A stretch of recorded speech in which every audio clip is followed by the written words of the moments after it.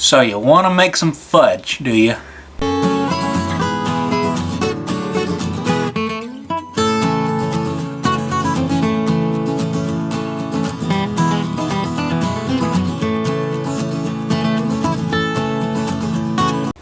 Well, I got a good beginner recipe for fudge. Now, this isn't my recipe, but I got this off of YouTube. It's by Tasty. This is their recipe. This is how they told you how to do it. So I'm just gonna show you how to do it my way. So I got some white chocolate chip the morsels. There's a bag and a half of a bag, because a bag is usually about 12 ounces. So I put one bag in there, and then I believe half a bag is going to be about a cup. So it's technically 3 cups total of the white chocolate chips. But I've also got some sweetened condensed milk. So that I'll mix those two together. And then I've also got some delicious Oreos. So you got to have these if you're going to make cookies and cream fudge. So they're really easy to do. It's not hard at all. The hardest thing is opening the packaging, especially on sweetened condensed milk. But you didn't see that. All you saw is me getting the can opener. So take it, crack it open.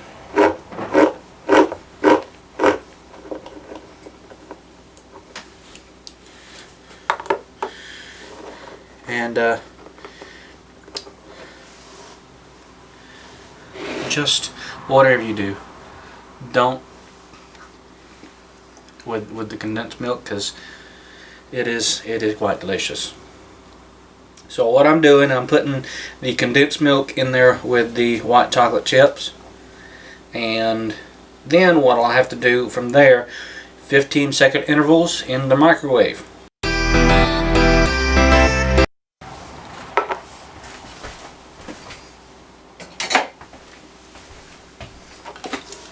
Take your spatula and get all that condensed milk goodness out. And all it takes is just one can. So, into the microwave, 15 seconds.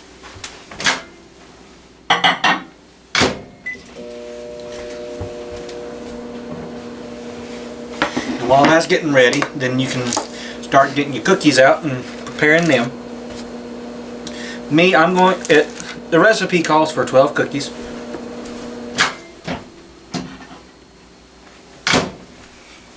The recipe calls for 12 cookies, but I'm going to, since it's Thanksgiving, I'm going to make it look a little bit fancier. Because doesn't everybody like to have something that looks good? I mean, Mama made a 13-layer cake? 12-layer cake, excuse me. And that thing was good, and she's proud of it, and I'm proud of her for it. But this is fudge day, not cake day. So just gotta get it good and mixed in there. Wipe your spatula back off, and then back into the microwave.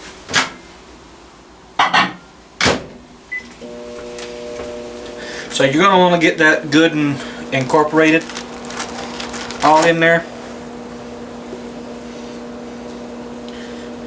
There's some 12 cookies to actually go in the fudge, but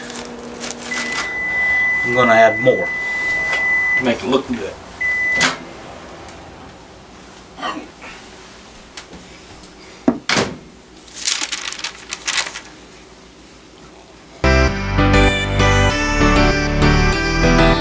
You don't look good to start off with, but give it some time.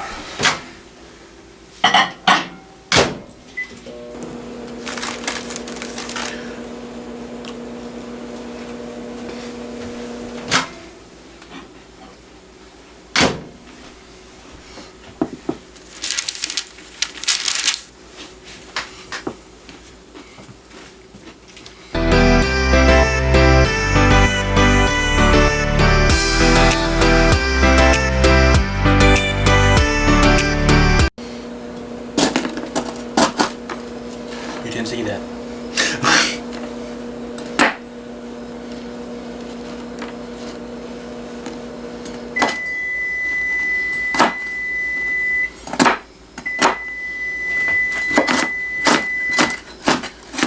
So what I'm doing, I'm getting the cookies ready to be put into the fudge. The reason I'm not putting it in the food processor is I want chunks, not flour. If I was making, oh, not those. If I was making something like a Oreo truffle, which is Oreo, cream cheese, and white chocolate, also another delicious thing, then I would want to put it in the food processor and get it really fine. But fudge, any good cookies and cream fudge, you've got to have a little crunch to it. Although they're not really crunchy, but you want to know that there's cookies in there.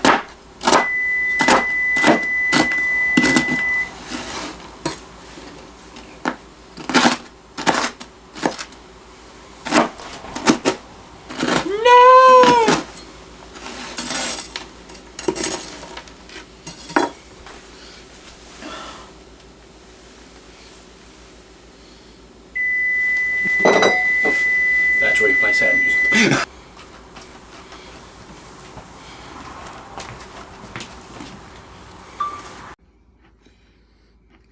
And once it gets all smooth and good looking, like this, not like me, like this, like this. This is good looking. This ain't. Then you can start adding the deliciousness and just fold it in.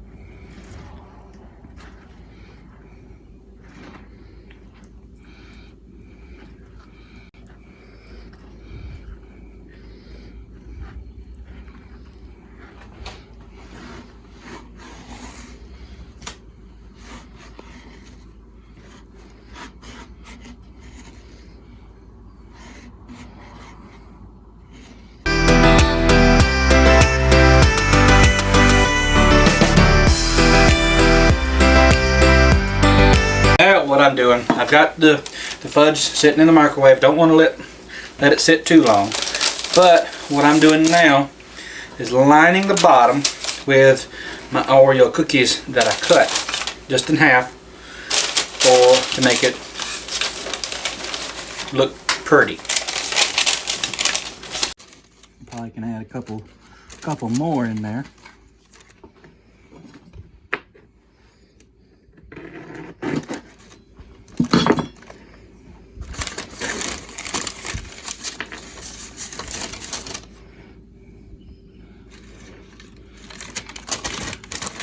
Cause don't that look good just like that?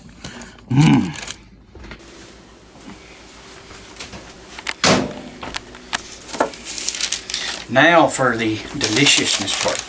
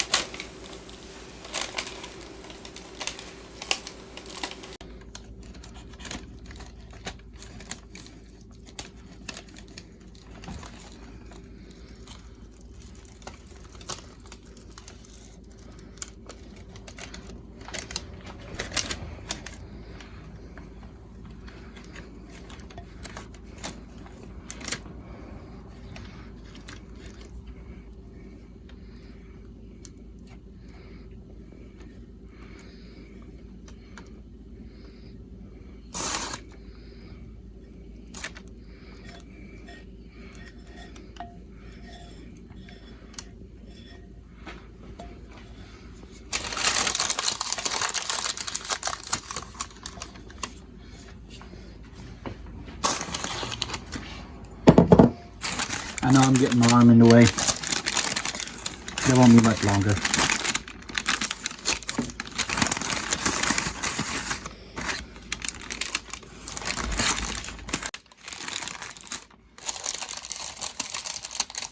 Now you see what that fudge looks like? That is deliciousness. my sister-in-law, I made this fudge 2 weeks ago, and my sister-in-law, she said that's better than a Hershey bar, the cookies and cream Hershey bar. So that to me was a big compliment. So, but don't that look good enough to eat right now? Too bad. You can't have any right now because it's got to sit in the refrigerator for 2 hours to cool. So what I'm doing now, I'm just covering up the fudge. Give it a nice flat top. And then I'm going to stick it into the refrigerator and let it set. Stick it in there like so. Like this. Should be 2 hours, or if it's my case, the next day, and a change of shirt. So what I'm going to do is take the fudge out of my pan, and this is what's going to make it really, really easy. Parchment paper. You need parchment paper because parchment paper will not stick like anything else. So what I'm doing is I'm just taking my parchment paper off, handing a small taste to my camera lady. And how is it, camera lady? Delicious. That's the perks of being a cook, or in this case, the fudge maker. So now I'm going to plate it up with this beautiful little plate. And what I'm going to do, I'm going to actually turn them over to where you get that piece of Oreo that's actually sticking out. Whoop. See, there it goes again, not wanting to listen. You gotta talk to it sometimes, though. No! Didn't break that one up good enough. Oh well, it'll get broken up good enough later on.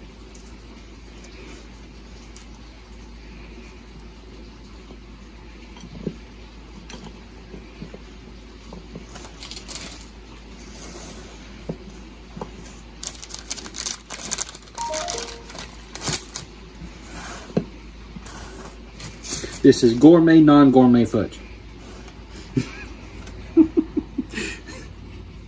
Meaning, it looks professional, but it's not. Look at there. See that? Don't that look good?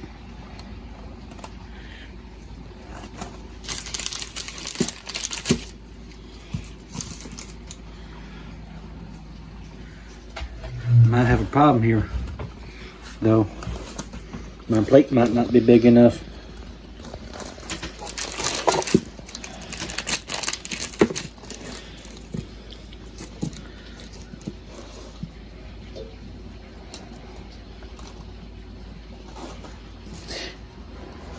And earlier I found out that I made a mistake in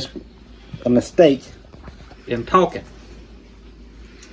I said that my sister-in-law made this. My sister-in-law did not make these. I made these. My sister-in-law gave me the compliment, though. She said, she was the one that said these are better than Hershey's. So, I had to fix my mistake earlier.